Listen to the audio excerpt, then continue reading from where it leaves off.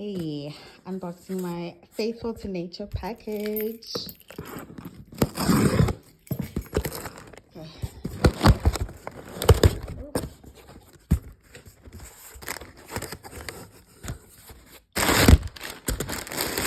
Hey. I finally got this acupressure mat, and we'll see how that goes. And my Old Faithfuls D3 vitamins, and this is my second purchase of this Le Leve sunscreen.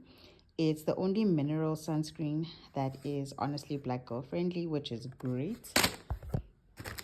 And then, as always, a little treat, essential oil. This time I got frankincense. I really enjoyed it the last time, so I'll be using that in my oil burner as well as in my showers. So yay, excited for these.